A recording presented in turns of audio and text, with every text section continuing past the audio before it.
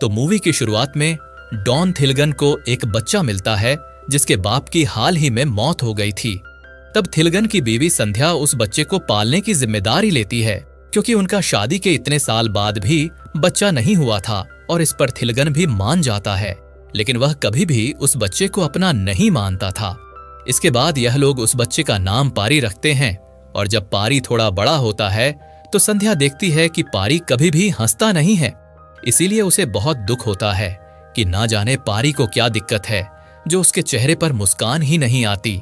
खैर, संध्या पारी का जो मन करता है उसे वही कराती है और इसी के चलते पारी कराटे सीखने लगता है। फिर एक दिन संध्या की हालत काफी ज्यादा खराब हो जाती है और भगवान के पास जाने से पहले संध्या पारी को बता देती है कि हम तुम्हारे असली माँ बाप नहीं हैं, पर मेरे जाने के बाद तुम अपने पापा का ख्याल रखना। यहाँ पारी संध्या से इतना प्यार करता था, इसलिए वह उसकी बात मान लेता है। फिर जब तिथिलगन संध्या का अंतिम संस्कार कर देता है तो वहां पारी को उदास देखकर एक लड़की रुक्मणी उसके पास आती है। वह उसे उदासी का कारण पूछती है, पर पारी कुछ भी नहीं बोलता। हालांकि रुक्मणी किसी ना किसी बहाने से पारी से बात करती रहती है, जो कहीं ना कहीं पारी को अच्छा लगता है।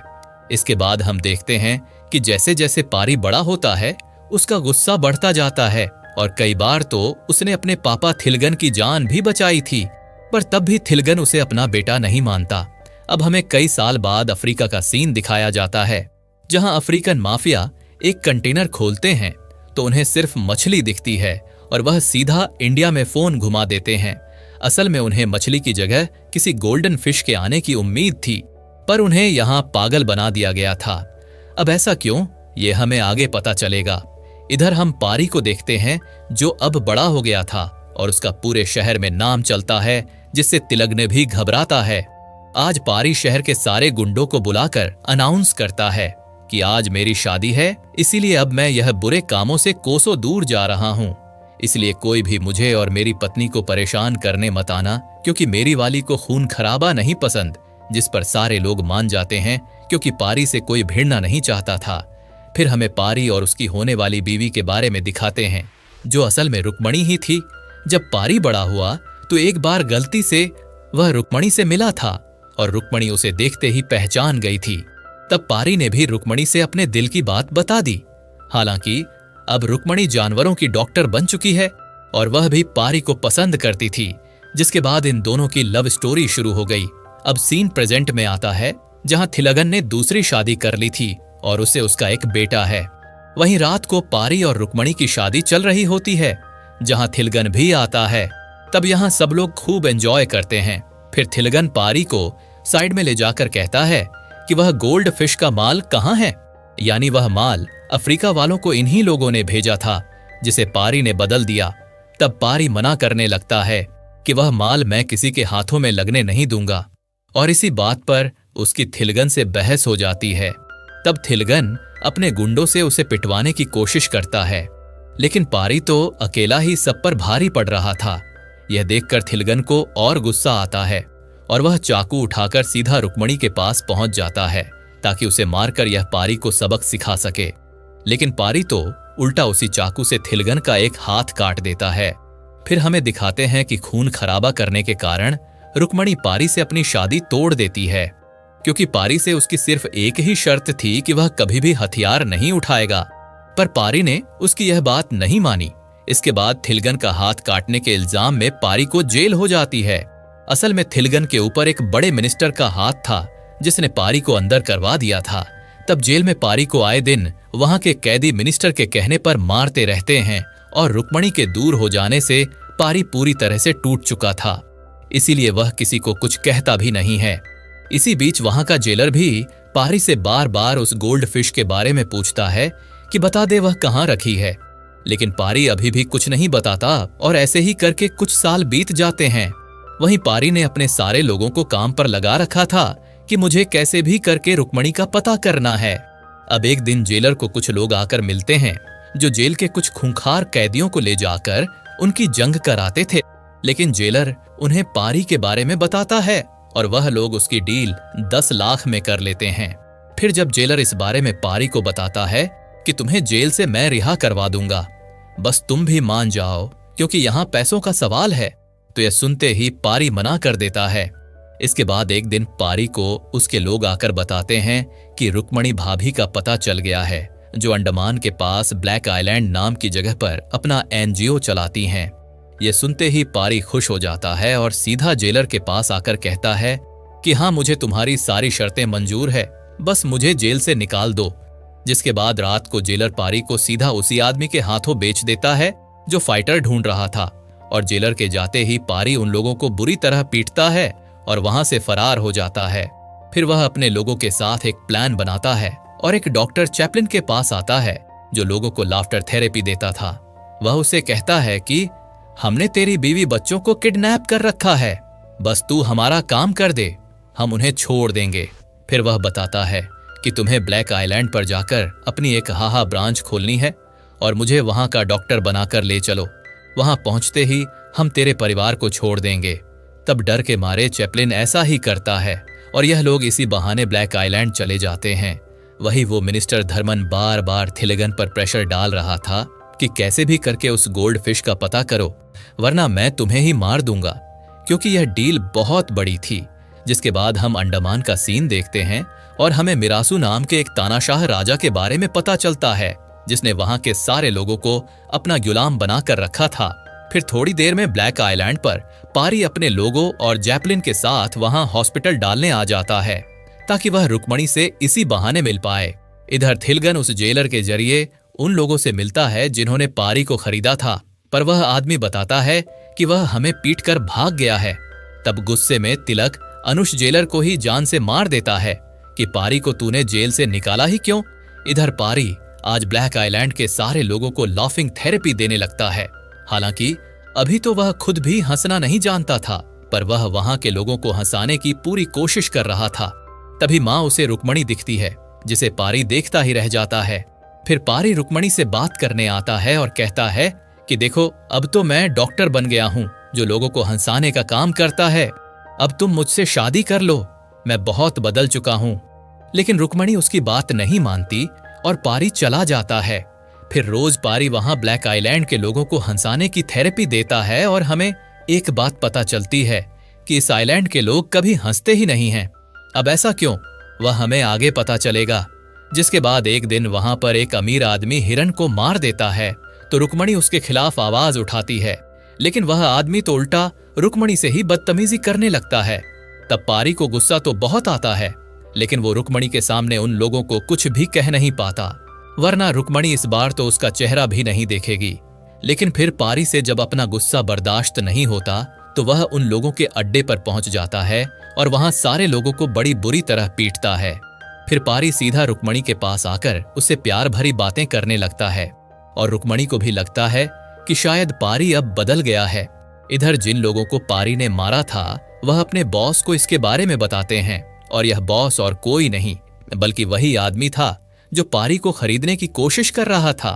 तभी थोड़ी देर में वहां पारी भी रुक्मणी के साथ उनके पास आता है, और जिन्होंने रुक्मणी से बदतमीजी की थी, वह लोग रुक्मणी के पैरों में गिरकर माफी मांगते हैं कि आज के बाद हम ऐसा नहीं करेंगे। जिससे रुक्मणी बहुत खुश होती है और अब पारी को भी उसका प्यार वापस मिल गया था। मगर अब इस आदमी के बॉस ने थिलगन को भी पारी के बारे में बता दिया था कि जिस आदमी को हम लोग अब तक ढूंढ रहे थे, वह तो हमारे आइलैंड पर आ रखा है। पर थिलगन कहता है कि उसे मारना मत, मुझे उसे एक राज के बारे में जानना है। जिस पर वह आदमी कहता है कि मेरा भी एक बॉस है, उसके गुस्से का मैं कुछ भी नहीं कह सकता, वह कब क्या कर दे। फिर हमें माइकल को दिखाते हैं, जो मिरासो का बेटा है, और वह उस आइलैंड पर आए दिन फाइट करवाता रहता है। उसे यही सब करके मजा आता था। फाइट में 2 ग्रुप्स लड़ते हैं और जो ग्रुप हारता है उसके एक मेंबर को माइकल मगरमच्छ को खिला देता है। एक तरह से माइकल हैवान था। तब उसे वहां पारी के बारे में उसके आदमी बताते हैं कि हमने पारी को खरीद लिया था, लेकिन वह तो अकेला ही हमारे लोगों को मारकर भाग निकला और वह अब हमारे काबू में भी नहीं आ रहा। वहीं यहाँ रुक्मणी और पारी की लव स्टोरी भी काफी अच्छी चलने लगी थी और अब तो पारी आइलैंड के लोगों को हंसा भी पा रहा था। तभी वहां पर माइकल अपने गैंग के साथ आता है और उसे देखकर सारे आइलैंड के लोग कांप जाते हैं कि यहां पर आया क्यों है। फिर माइकल पारी से कहता है कि तू फाइटर अच्छा है, मुझे तेरे जैसा आदमी चाहिए था। लेकिन पारी लड़ने से साफ मना कर देता है कि मैंने लड़ना काफी समय पहले छोड़ दिया है। तब माइकल हंसते हुए रुक्मणी को सब सच बता देता है कि पारी साइलेंट पर आया कैसे है, और यह सुनकर रुक्मणी का दिल तोड़ जाता है कि यह पारी तो बदला ही नहीं। फिर रुक्मणी यहां से जाने लगती है और पारी उसके सामने खूब गिड़गिड़ाता है कि मुझे छोड़कर मत जाओ, मैं तुमसे बहुत प्यार करता हूं। लेकिन रुक्मणी नहीं मानती। इसे पारी को गुस्सा आ जाता है और वह माइकल के आदमियों को ही मारने लगता है, जो देखकर रुक्मणी हैरान थी कि यह कभी बदला ही नहीं। फिर माइकल पारी से कहता है कि तू मेरे जैसा ही है, मेरा फाइटर बन जा, ऐश करेगा। तब पारी भी गुस्से में मान जाता है। इसके कुछ दिन बाद अब पारी फाइट करने के लिए आता है और वह अकेला ही ओपोनेंट की टीम को मारे जा रहा था। फिर लड़ाई खत्म होने के बाद पारी अपने कमरे में चला जाता है और हम देख पाते हैं कि रुक्मणी के ऐसे जाने से पारी का खुद से कंट्रोल ही खो गया था और वह बस हर समय गुस्से में रहता था। तभी एक दिन पारी के पास तिलग्ना आता है, जो रुक्मणी को भी किडनैप करके अपने साथ लाया था।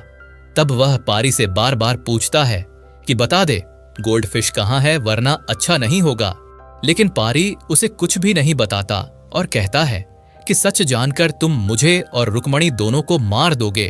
तभी हम देखते हैं कि शहर में माइकल के कुछ गुंडों ने थिलगन के असली बेटे को किडनैप कर लिया है, वह भी पारी के कहने पर। और यह जानकर थिलगन के होश उड़ जाते हैं। वह पारी से कहता है कि मेरे बेटे को जाने दे, मैं तुझे कुछ भी नहीं करूंगा। तब पारी भी कहता है कि मैं गोल्ड फिश के बारे में तुझे कभी नहीं बताऊंगा, जा जो करना है कर ले। फिर वहां से रुक्मणी भी चली जाती है। अब जब पारी अकेला बैठा होता है तभी उसे वहां के कुछ लोग मारने आते हैं, जो असल में मिरासू और माइकल के जुर्म से तंग आ गए थे, और वह पारी को इसीलिए मारना चाहते थे क्योंकि पारी हर फाइट में उनके लोगों को हरा देता था, जिससे आए दिन उनके साथियों को माइकल मारे जा रहा था। तब वह लोग पारी पर हमला कर देते हैं और उन्हें तभी पारी के पेट पर एक त्रिशूल जैसा निशान बना दिखता है, जो देखकर उनके होश उड़ जाते हैं और वह लोग रोते हुए कहते हैं कि हमारा मसीहा आ गया है, हमें बचाने के लिए। जो सुनकर पारी भी हैरान था। फिर वह लोग पारी को एक कहानी सुनाते हैं कि यह आइलैंड मेरासू ने अंग्रेजों से ले लिया था, जिसके बाद उसका ही कब्जा यहां पर हो गया। उसने यहां के लोगों को गुलाम बनाकर रख दिया और उन पर खूब अत्याचार करता था। फिर एक दिन जब यहाँ के सारे लोगों ने कई सालों की जमा पूंजी इकट्ठा कर कर हमारे देवता को सोने का त्रिशूल चढ़ाने की कोशिश की, तो उसमें भी मिरासों ने हाथ डाल दिया और खुद त्रिशूल चढ़ाने चल दिया। तभी वहां के पुजारी में देवता आ गए और उन्होंने भविष्यवाणी करी कि यह सोने का त्रिशूल उसके ही हाथों से एक्सेप्ट किया जाएगा, जो मिरासू को मारेगा और उसके पेट पर त्रिशूल का निशान होगा। जो सुनकर मिरासू डर गया और उसने फिर हर जगह नजर रखवानी शुरू कर दी, ताकि कहीं भी त्रिशूल के चिन्ह वाला बच्चा पैदा हो तो वह उसे मार दे। इस दौरान उसने कई बच्चों को यूं ही मौत के घाट उतार दिया। फिर एक दिन एक औरत को जुड़वा बच्चे पैदा हुए, जिनमें से एक के पेट पर यह त्रिशूल का निशान था।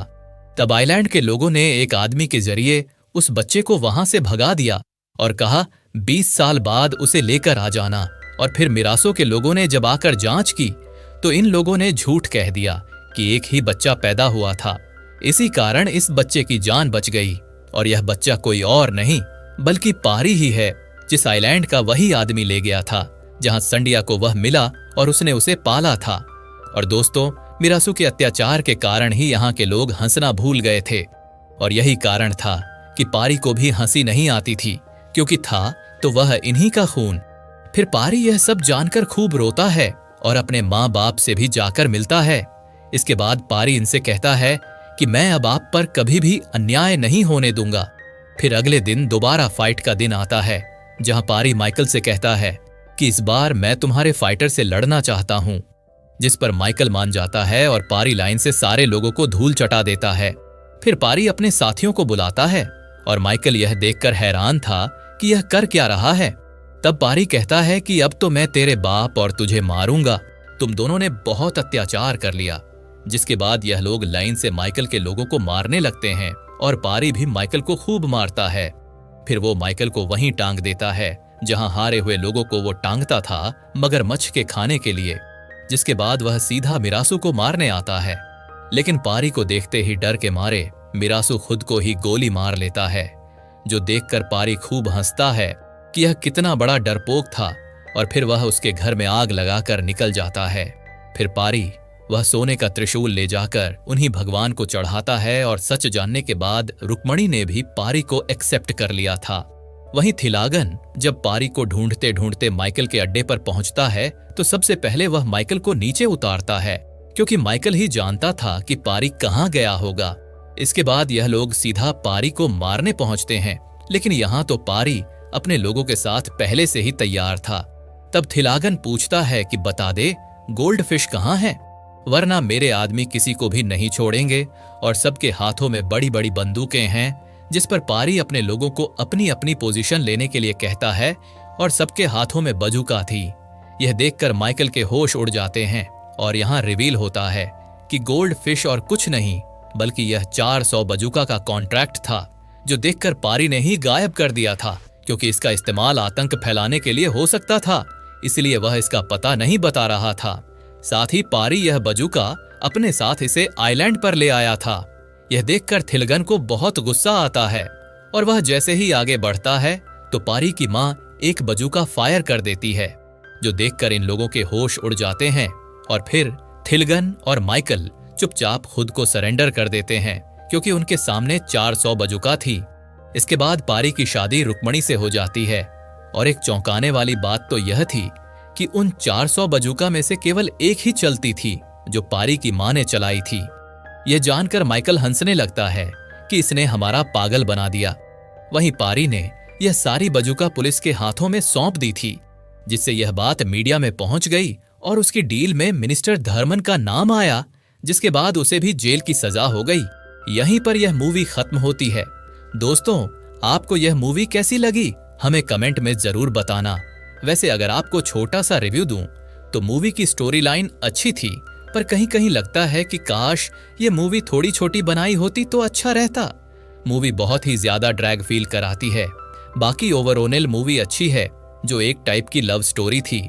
बाकी आपको यह कहानी कैसी लगी हमें कमेंट में बताना।